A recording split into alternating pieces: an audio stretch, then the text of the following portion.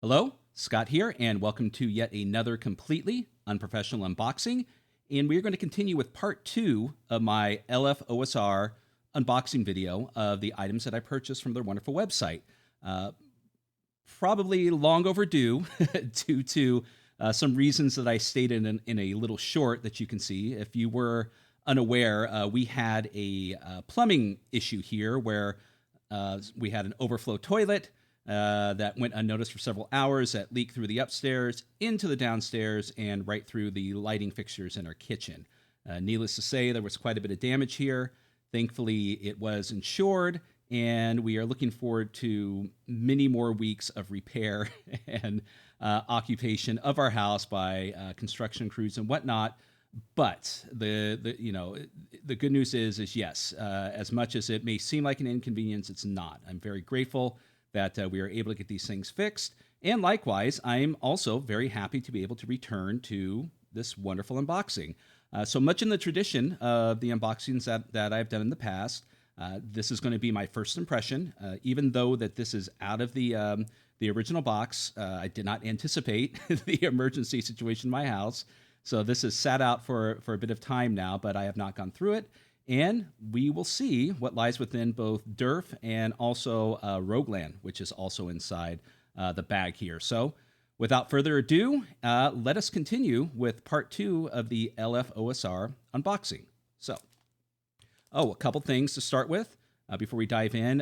When you purchase these things, I don't know if this comes with, if this is exclusive to LFOSR, or if this is something that comes with these naturally, if you purchase through other places like Exalted Funeral, whatnot, they do come with these wonderful cardboard stock character cards or character sheets, double-sided, and we got 4 of those.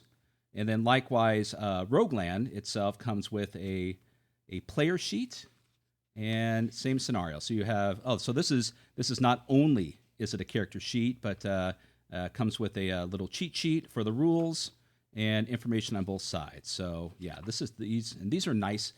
These are nice little add-ons to these things. I mean, it's these are not necessary, but they're handy. Even more so, as much as I love these sheets, they're cardboard stock. They're very well made, very well manufactured. You have 4 of them here. Obviously, if you run out of these, you're going to print off more if you need them. But what I do enjoy is with the Rogueland ones, is even if you use up the character information inside, you still have the cheat sheets to accompany new players or other sheets if you print them out. So very nice, very very nice touch. You do get these wonderful little touches with so far several of the games that I've purchased through LFOSR have these wonderful little add-ons and nice touches to accompany the books that you get. So just a nice little add-on there, but more so, let us continue with what is in here. So let's open these up.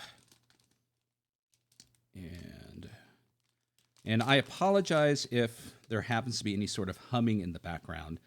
We are still dealing with the drying out of certain areas of the house, more importantly, the bathroom, which is right behind me.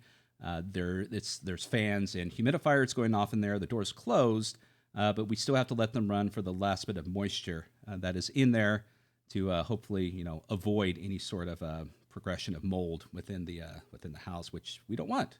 We don't want mold or black mold to grow in the places we live with our family and our children and our loved ones. So, all right. So 2 books inside. Let's go ahead and start with. I'm going to go ahead and start with Derf. So.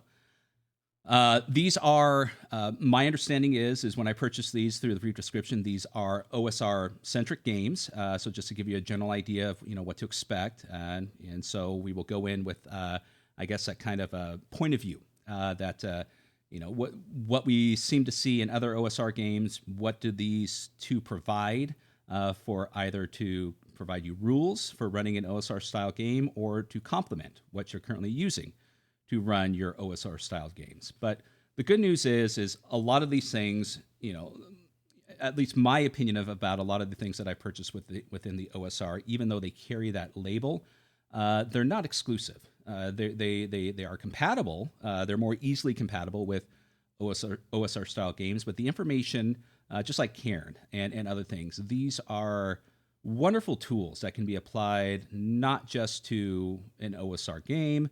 And if I say OSR one more time, I think the OSR Candyman's going to come through the mirror and strangle me. But anyways, they're wonderful and inventive tools that can be applied towards any fantasy style game or things such as that. So what do we have here? So we've got a nice little we got the cover here with some little cartoonish but still evocative art. This is not very simplified things. You have a what looks to be a warrior, a rogue, and some sort of wizard. Durf, the collected edition by Emil Bovin. I hope I'm pronouncing that right.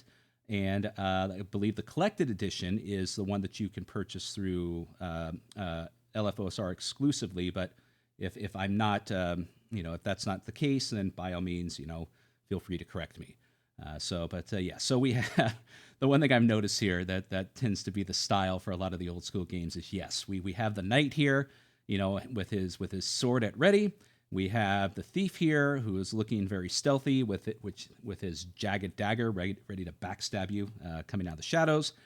And we have the magic user, the mage here, doing the one good job that he's usually doing during early levels of the game is holding a torch. Holding on to that one spell or scroll to use when it's absolutely necessary, but for the time being, he will be officially known as the Torchbearer, or at least that's how I've been, and with some sort of oogly googly monster in the background. Okay, so written and illustrated by Emil Bovin, edited by Ava Islam, and printed by LFOSR. So yes, this may be at least this version may be an LFOSR exclusive. And Derf is made to be hacked, pulled apart, and built on top of it. It is licensed under Creative Commons, so you can share and adapt this material for any purpose as long as you give attribution. The 2 dungeons in the LFOSR logo are not included under this license. Inspired by the works of Ben Milton, Daniel Sell, Nate Trent, God, I always get this wrong, Late Treme, Robert J. Schwab, one of my favorite guys. I'm a Robert Schwab just fanatic. I love everything he does. Currently playing in a Shadow of the Demon Lord game and having a wonderfully arrested developy type adolescent fun with it, as we're constantly making fart jokes and other wonderful things with these horrible spells that are being cast left and right. Anyways, moving on. Nick L.S. Whalen, Ava Islam, David Black, Chris McDowell, and many others. So very, a lot of familiar names there that some of you may know and enjoy their works likewise. And then continuing on, we have thanks to Hedwig Klammer, Hoppy Conradi, Leonard Eilander, Tim Hessels, Tom Dweejim, Eric Nweden, Oliver Revenue, Riley Coyote, Jean Verne, Derek Gustafsson. And as I always say, you have my sincere apologies if I have bastardized or mispronounced any of your names, but I will continue to try. I have no problem with people correcting me. So we have the table of contents here, which includes the forward here, character creation, how to play, spellcasting, equipment, non-player characters, magical items, an appendix A for optional rules, archetypes, alternative blenders, 0 hit dice characters, and appendix B, dark dungeons, Lair of the Gobbler, and the Rot King's Sanctum. So this right off the bat, seems like it's going to be a little bit more meatier than Cairn, which I did from the previous video. I'm not saying that that's a good or bad thing. It's just an observation. So I feel I just for the delay in this, because I was informed by the wonderful people at LFOSR that the authors and the creators for both Derf and Rogueland were looking forward to this video. I got a lot of very nice comments from both the authors of the 2 Cairn related books that I looked at, and also from the directors, I would say, or it's from LFOSR itself, thanking me for shining a light on this and that they both Rogueland and Durf were looking forward to the next video. So I may go into a little bit more details, just kind of to make up for the lost time, because it's been almost 2 weeks, and I am just a normal person doing this for the love of the game, but I do kind of at this point in time. If someone's interested in the videos that I'm doing and they are creators and I do spotlight it on here, I do feel like I need to do a decent job, especially if there's a delay. I'm not the type of person that I like to make a promise and go back on it unless there's an absolute, good reason for it, being which, your house being completely flooded, first and second floor is one of those. But I digress, as I do.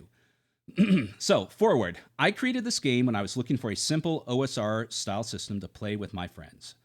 I was searching for something easy to use, had some of the OSR elements I liked, risky combat, simple stats, and prepping before an expedition, but also had some modern ideas: reduced bookkeeping, quick character generation, and a simple advantage system. Okay. I've read a bunch of games, both new and old, and while most delivered on a few or more of these elements, none ticked off all the boxes that I wanted. That is why I eventually started developing Durf. Now, I'm looking forward to an explanation what Durf means. I have not come across it yet, so we will see. It wears its influences on its sleeve, and you won't hear me say that it is a masterclass in tabletop RPG design. It is a combination of ideas I like and borrowed from other systems and some fresh takes from my end. Ultimately, it is a system I have a lot of fun running with my players and hope it can bring you some joy. The system itself is fairly bare bones, and most of the items, spells, and monsters are left as suggestions for you to tinker with and add to. This is done deliberately since I firmly believe that no system goes through the hands of its players or GMs without being altered and personalized in little ways, so go forth and enjoy this your own. Find more Durf at emilbovin.itch.io. Okay? So, that is a very humble forward, Emil. This tends to be the case for, in my opinion, for a lot of independent creators, not just within the OSR, but for most games that independent creators out there, is they have an itch that they can't scratch, and they go through several different games. And even though these games scratch a few itches, none of them have a combination to do all of the above. And thus is the impetus for those of you out there to make these creations. And thank you for that. Not only thank you for creating this, but also thank you for sharing it. This is definitely, it's seeing the continued evolution of, something that a lot of people feel has been done. Is inspirational, regardless if the game's good or bad.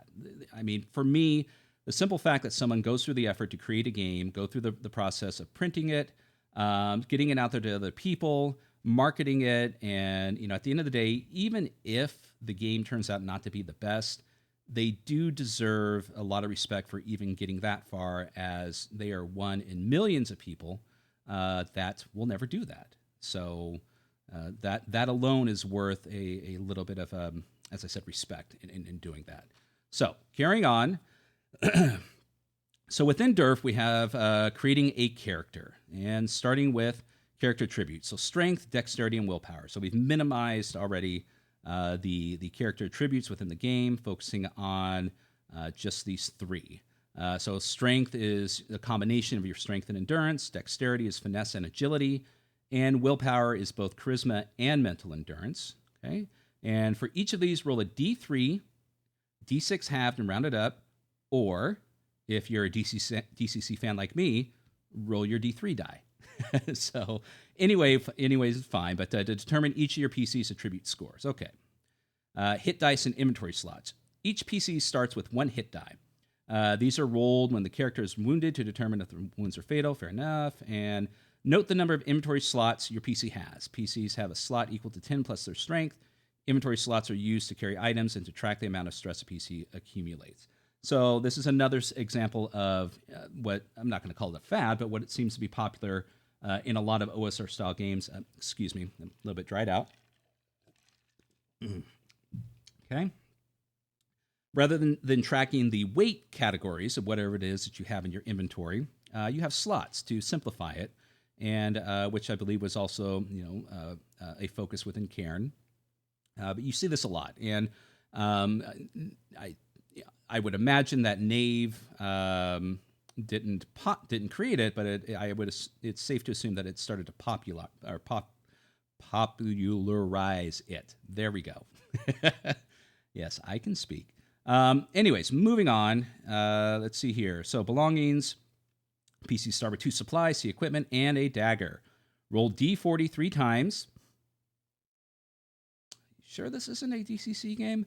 On the table on this page to determine your other belongings. Roll a D4 for the first digit and a D10 for the second. Re-roll identical results. Roll 2d6 and multiply the result by 5 to determine your starting goal. You may use this to buy additional equipment if you like. And then finally, name your character. And an example of a D40 belongings, I really should just have some dice here for this kind of thing rather than just pick one out. It would be a little bit more fun. Maybe I will do it next time. Let's see here. D40 belongings, and an example of something that you can get would be a bag of human teeth, a dramatic cape. I think a dramatic cape should be mandatory for all games, but that's me. And crossbow and ammo. So, all right, going on. Here we go. The important part of Durf and what makes it different or at least alluring outside of other OSR style games. Okay. A game master controls and describes the world. Yep. And moving on to action rolls and saving throws.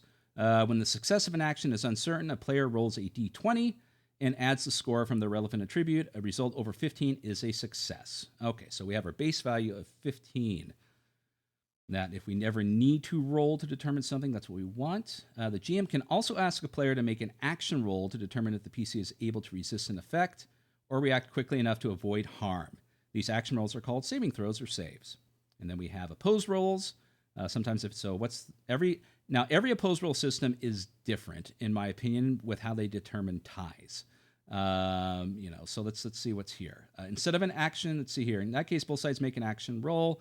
Sorry if I'm skipping over this, but once again, I don't want this video to be hours long. But instead of the action succeeding on a result over 15, the side with the highest result wins and succeeds at what they're trying to attempt. In the case of a tie, the GM decides the outcome.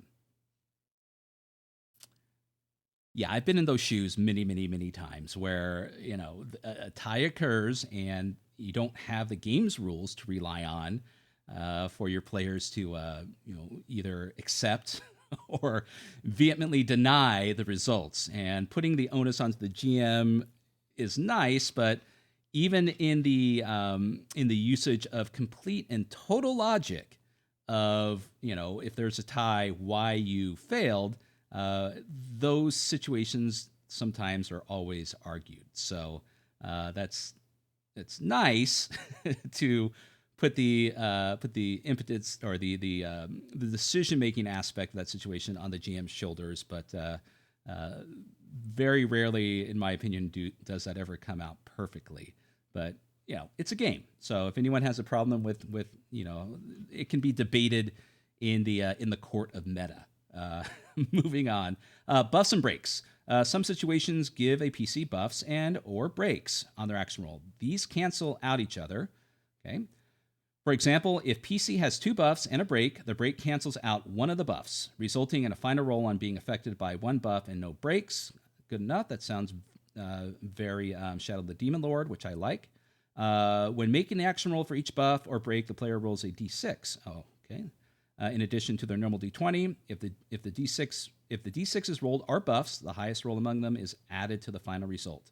If the d6s are breaks, the highest roll among them is subtracted. NPCs do not roll buffs or breaks. So yes, that is almost identical to what is used within Shadow of the Demon Lord and other games. Schwab does not own the copyright on that type of situation, but it works. It works very well. Inventory and stress.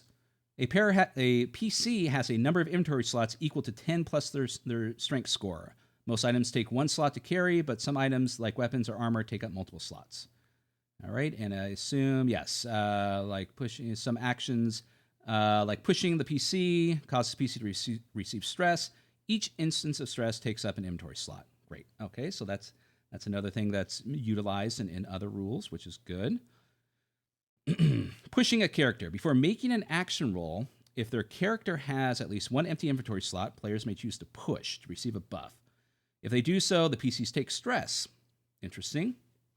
A player may choose to push their character multiple times on a single roll as long as they have sufficient empty inventory slots to take the stress. I like that.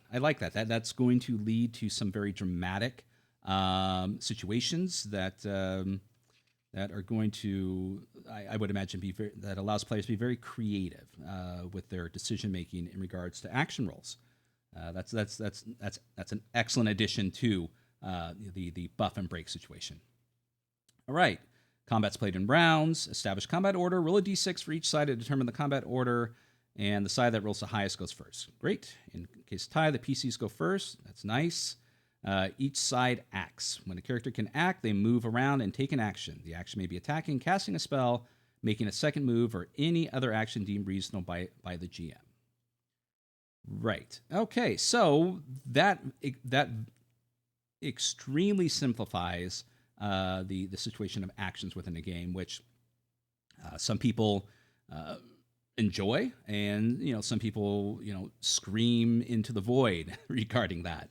And I think that can a lot of people who are more strategically inclined tend to enjoy the definite set of rules and maneuvers that are applied towards actions you can take, whereas this is a more fluid, which does, generally speaking, follow the action situation within most or some OSR games. But regardless, in this particular game, once again, it seems the focus so far, from what I'm reading, is a lot of it is providing the PCs with a lot of opportunities to come up with very creative and elaborate ways to deal with action rolls and situations such as combat without weighing it down with rules. And obviously, this is what, forgive me, Emil, I had to look at your name for a moment, I forgot, prefers, which a lot of people will. So I don't see any issue with that. I go both ways with it. My general opinion in certain games is I'm just happy to be playing it. Yes, I do have issues and comments and things within every game that I play, but for the most part, I don't feel bogged down on a particular game that I'm playing. And I guess that's probably because I have diversified my game playing so much that I'm okay with most rules that I play because I know this is just one game. If I'm looking for something outside of the game that I'm playing that wants to provide something that I'm feeling at the time, I go play another game sometimes.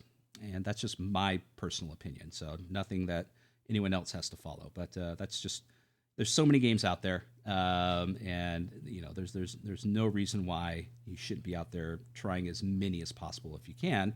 If, like Emil here, you don't feel like something is scratching that itch, and like Emil here, you may try dozens of games and you find that it doesn't provide it to you, and you create your own. And when you create your own game, more power to me, and other people who enjoy the games they have. So I am very much digressing through this, but it's been a while since I've done this video, so this will probably be longer than normal. Carrying on, close combat, to hit in close combat, attacking, and the defending creature make an opposed strength roll. The winner deals their weapon damage to the opposing side. In case of a tie, the attacker wins. Okay. Ranged combat, we use dex instead of strength. If the defender wins, they dodge the projectile, but do not deal damage to the attacker. Okay.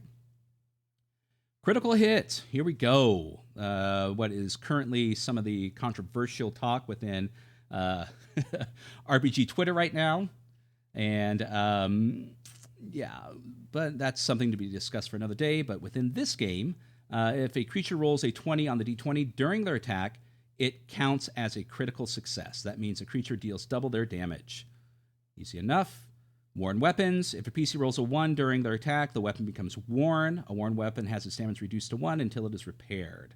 A worn weapon is repaired after a day of rest. We got morale within this game. NPCs have a morale score. The GM should make a morale roll when something manages to shock the NPCs. And I'm going to kind of breeze through this as I've kind of taken a bit of time because I've got to get to Rogueland also. So Shields, when a shield reduces, wielding a shield reduces incoming damage by 1, but never reduces the damage to below 1. Hit dice and death. Each time a creature receives wounds, they roll their hit dice. And am I just checking the camera there for a moment? Looked like I was stuttering. Nope, doing good. All right. Each hit dice is a d6. If the result is less than or equal to the wounds they have accumulated, the creature dies. Resting and healing, spending a day resting in a safe location heals all wounds, repairs armor, and so on. Time. Time is tracked using 3 measurements. Round is 10 seconds, a turn is 10 minutes, and a watch is 4 hours. And then moving on, we have advancement. Once a PC earns XP equal to 1,000 times their current hit dice, they automatically spend it to gain a hit dice. A PC with 3 hit dice would need to earn 3,000 experience after they've gained their third. When a PC's hit dice increase, they may choose one of the following. Increase one attribute by 1 point. No attribute can be increased above 8, or learn a spell. PC cannot have more than 12 hit dice. If they would gain their 13th hit die, they retire from adventuring. All right, and then we got some information here about rewarding experience points. Excuse me. Spellcasting. Okay, spellcasting utilizes a will roll. A successful roll means the spell is cast and they take stress. Oh, okay, so stress is a commodity when casting spells, which I like. I'm of the camp who feels like spells and spellcasting should be somewhat dangerous and have implications for utilizing the spellcasting to change the natural course of things around you. And that's just me, but I do like it when there's either the potential or a direct opposite effect for someone to utilize spells within most games. So, trade-off.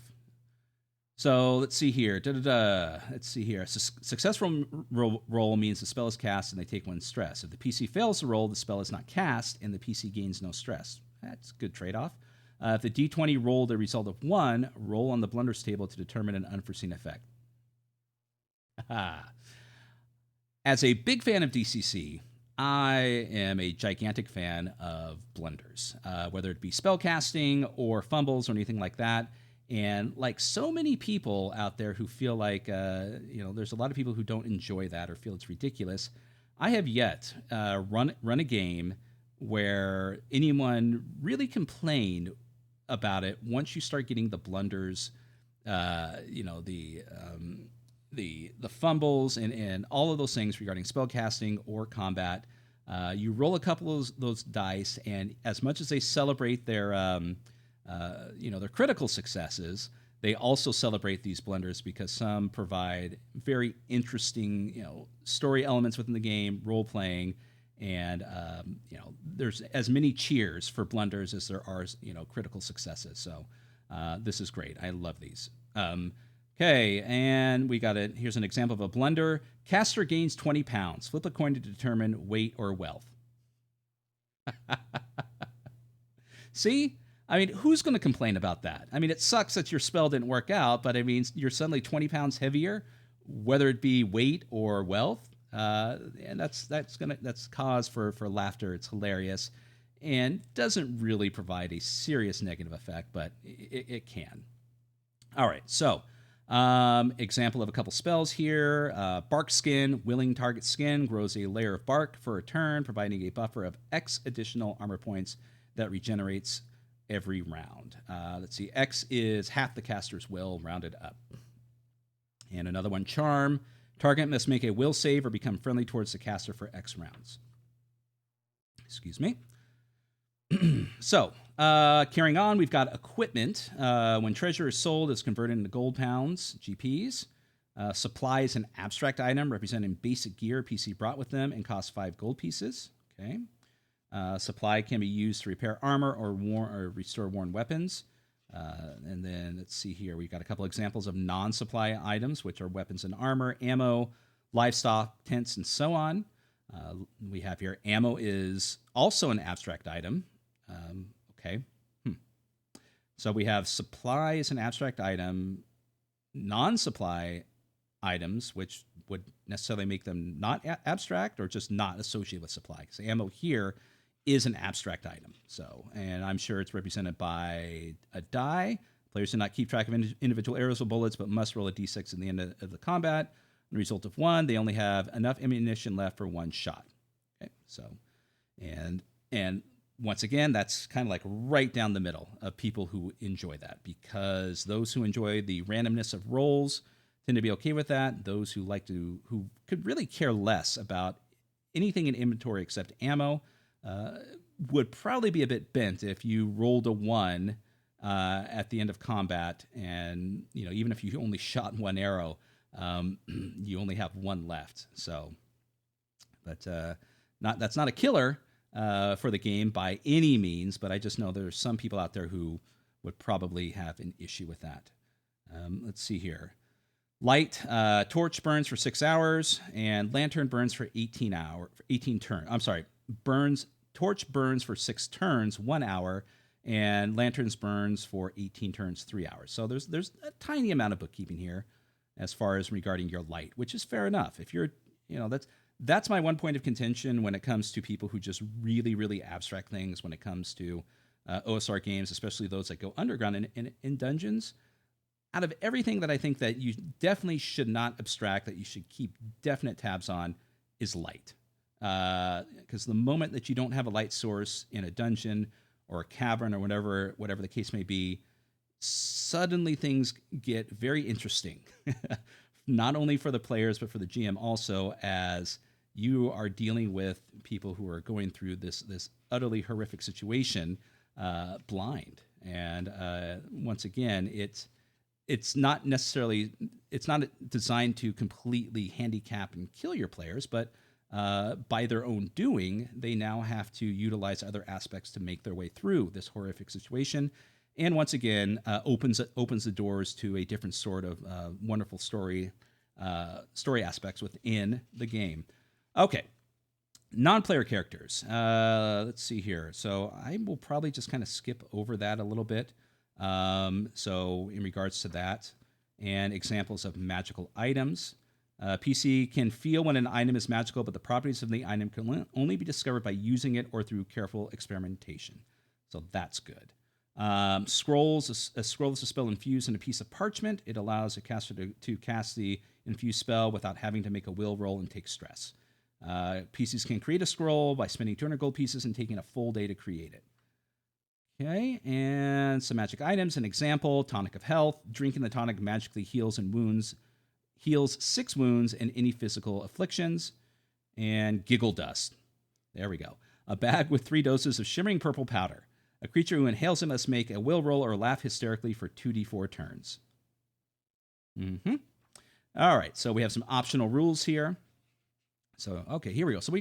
So yes, the general creation is looks like it's just a mixture of, you can mix together spells, fighting prowess, or whatever the case may be, depending on what you do when you level up. But then we have some archetypes here, which is nice. Your fighter, magic user, cleric, and thief, along with some belongings. And then alternative blenders. Thank you. Let's see. A caster's face moves to their belly for 1d4 days. Yes. 100% yes. Absolutely 100% yes on this. As mentioned, things such as this aren't necessarily exclusive to the OSR or even fantasy games. Horrible scientific blunders, if you're playing in a sci-fi game, could have the same results. So, this is awesome. And 0 hit dice characters. This rule lets you create 0 hit dice characters. Okay.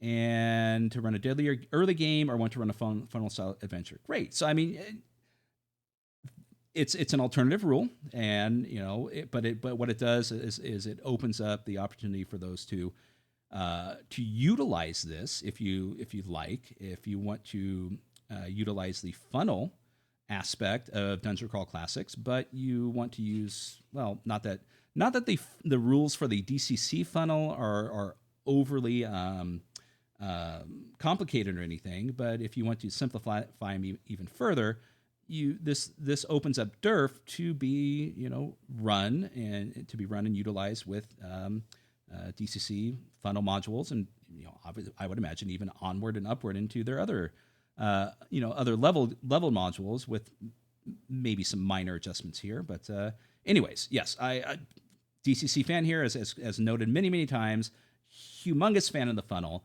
and the wonderful aspect about funnel, any funnel situation, whether it be Durf, DCC, or anyone else who utilizes it, is it creates a wonderful, small, creative backstory for your newly level 1 character that is shared with other characters at your table. Whereas everyone has an individual backstory trying to explain why that they why they become an adventurer, whatever the case may be, or be a little bit overly creative in their backstory, creating a bunch of information that may not necessarily be pertinent or utilized within the game itself. And here we go. And then on to the Dark Dungeons. The appendix contains 2 dungeon modules you can play using Durf. So we got Lair of the Gobbler. And continuing onwards. I'm not going to spoil too much of this, but nice little short adventure. And let's see. So that was for a dungeon for adventurers with 1 to 2 hit dice, and the Rock King Sanctum, a dungeon for adventurers with 2 to 3 hit dice. Excellent. And thank you for that. I mean, not 1, but 2 adventures are included within this 32 page book of simplified rules. That this may come as a surprise to some people, but a lot of people, or I should say publishers. I shouldn't say a lot of people, but publishers do put out rule sets with no adventures, and which boggles my mind why they wouldn't include one with their basic core set of rules. There should always be something, in my opinion, that allows you to take these rules that you've just purchased and see how it plays out, through the eyes of someone who has experience with it, till you get your sea legs within the game that you're running. So you've got 2 adventures to walk you through Durf. And then we've got the larger character sheet in the back, which is great. This is, for me, this would be preferred size for those of us who are getting on in years and whose eyes tend to are going south every single day. So big, plain, open spaces with black and white words are perfect for people such as me who have yet to admit they need glasses, but desperately should start wearing them. And there we go. So, Durf. Durf is a rules-light dungeon fantasy game inspired by both the new and the old of the OSR.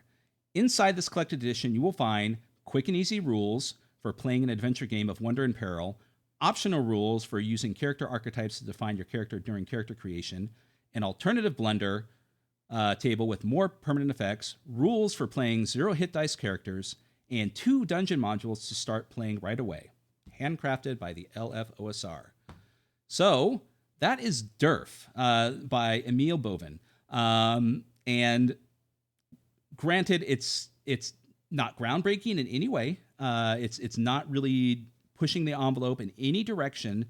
But the one thing that I think it does, and it does exceptionally well, is it provides a neat little handcrafted collection of rules that is going to allow even more people to experience role-playing games for the first time. I love games. I love this particular book for that. If I had a choice right now, if I was running games for kids again, which I've done in the past, not just my own children, but at the community center, I've did an introduction to Dungeons and Dragons for several kids of the community.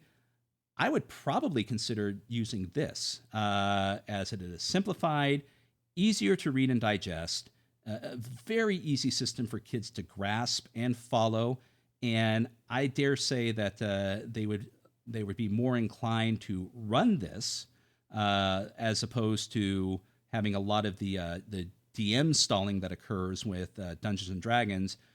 As they have this gigantic tome of information just completely washing over them and overwhelming them, that allows this to be a foundation that is going to allow people who either are new to role-playing games or just kind of getting into them, uh, that would have a higher success of people carrying on and excuse me, carrying on and trying other games, as opposed to those who started with 5e. And yes, I have no problem with people who stick with a particular rule set or stick with a game for a long time. I do feel that they should try it, but at least with this, I think that there's no. If you start with a simplified version of the game, I think this creates a better opportunity for those who want to branch out and try newer games, because A, the investment is smaller, B, the rules are simplified and allow for more creativity, and the fact that there's not a lot of investment, there's not a lot of time involved in it, and the higher aspect for creativity that can be applied to this, you don't feel bogged down by rules. That the want and need to branch out and try other games would be greater, as opposed to someone who just spent $300 on a bunch of books, weeks and weeks and weeks and weeks reading up on a ton of information, and ultimately feeling like they have an obligation to continue with a specific game based upon that. So, excellent. Durf. I mean, this is I can see this has a nice combination of several different rule sets out there that provides enough options and abilities for anyone to pick this up and start running a fantasy adventure game, and branching out from there. So fantastic job, Emil.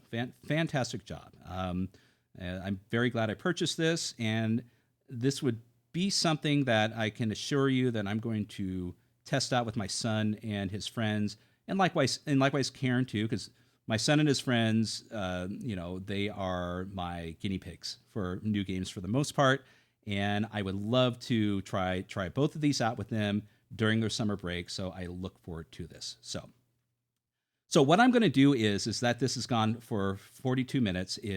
I'm going to go ahead and stop this here, and I'm going to do another video for Rogueland, but they're both going to go out at the same time. There's not going to be a 10-day delay between Durf and Rogueland. Just going to divide these up to kind of give a little breather between the two. So definitely, if you're done watching Durf, take a look at my channel. You should see Rogueland coming up. It's the next one, and please watch my my page through and my initial impressions of that next. So thank you very much. So once again, this is Scott from, and this has been yet another completely unprofessional unboxing with Durf from the LFOSR.com. Thank you for watching, and we will see you soon in the next video right now.